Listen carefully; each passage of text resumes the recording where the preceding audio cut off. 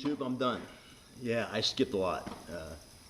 Never did this before, so it's a lot of work. Camera kept falling over, I kept hitting it, and so I just hopefully got the high points for you.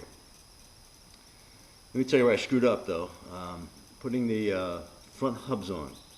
The shield in the back of the bearing hub, I had it rotated 180 out, so I couldn't get the calipers on. Yeah, I know, pretty stupid. All I had to do was think about it before I put it on, but so I had to take that apart, spin them, and then get the calipers on. The other thing I had was on the back.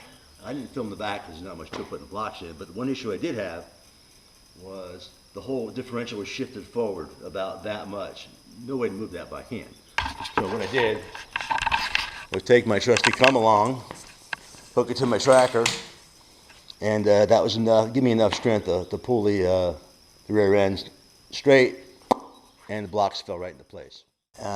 Set the toe to what the manufacturer said. You know, he said just run it up the existing nuts. It was undrivable. The toe is, hang on a minute. The toe is a tilt this way, so you're either towed in or you're towed out. This was towed out. No, it was towed in like this. Really bad. I couldn't even drive it. So I got underneath, and what you do is you measure the back of the tire end to end, and then the front of the tire end to end, and zero toe means they're both equal. Now that was a pain trying to grab a tape measure on the side of the wheel, so I got a tip for you.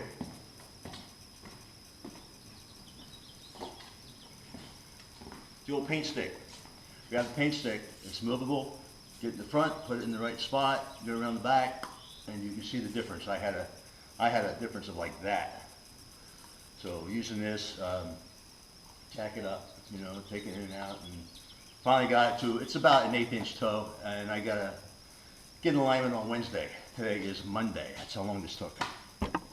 Today's Monday. Tips. Hang on.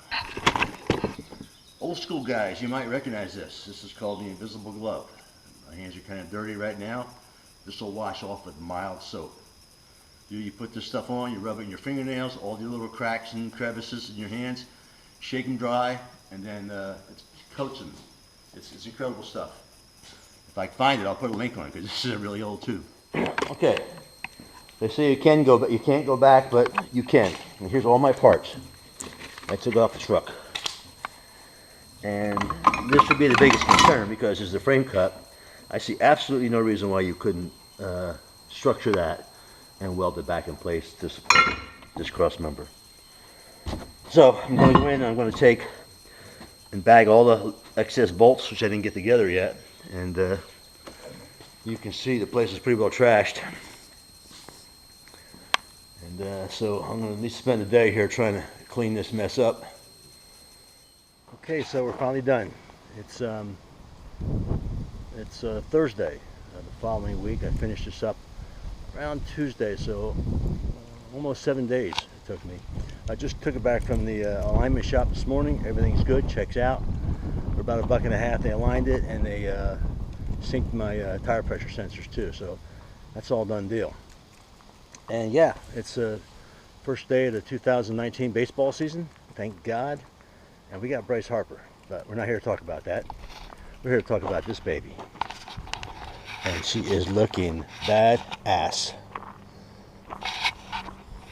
Got the rough country running boards on it there. Got my blued out bow tie. Got a video on that. My Borla exhaust. And let's go under and see what really counts here. Hang on.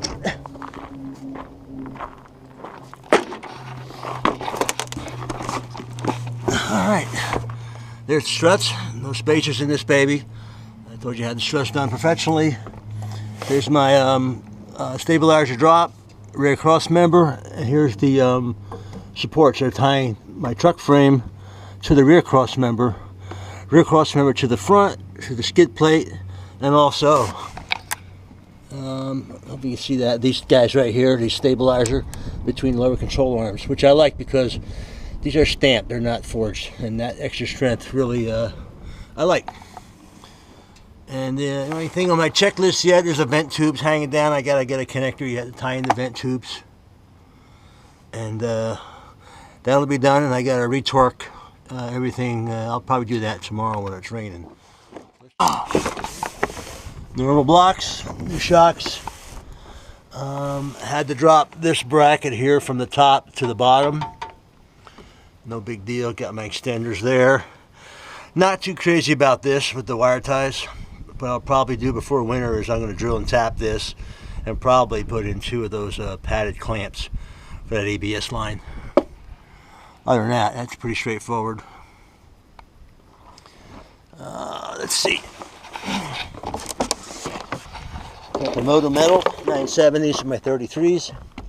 I did lose about 2 miles per gallon, it looks like, and I'm not surprised. But I may do another video on the performance. I mean, it rides nice. I have a high frequency vibration and going real slow, and I think it's these cleats right here. And actually, I've been driving it so much I don't even notice it anymore. Fitment wise, I got just a touch here when I'm backing out of something with full turn. That ain't bother me. I don't even think I'm going to do anything about it. And if I wanted to, I guess I can cut that away, but maybe some other time. Anything else here? Just a quick look inside. What I did, not much, but my fiber wrap here, carbon fiber wrap. That way you can see that. And one last thing on the performance side. Bear with me here a second. There we go.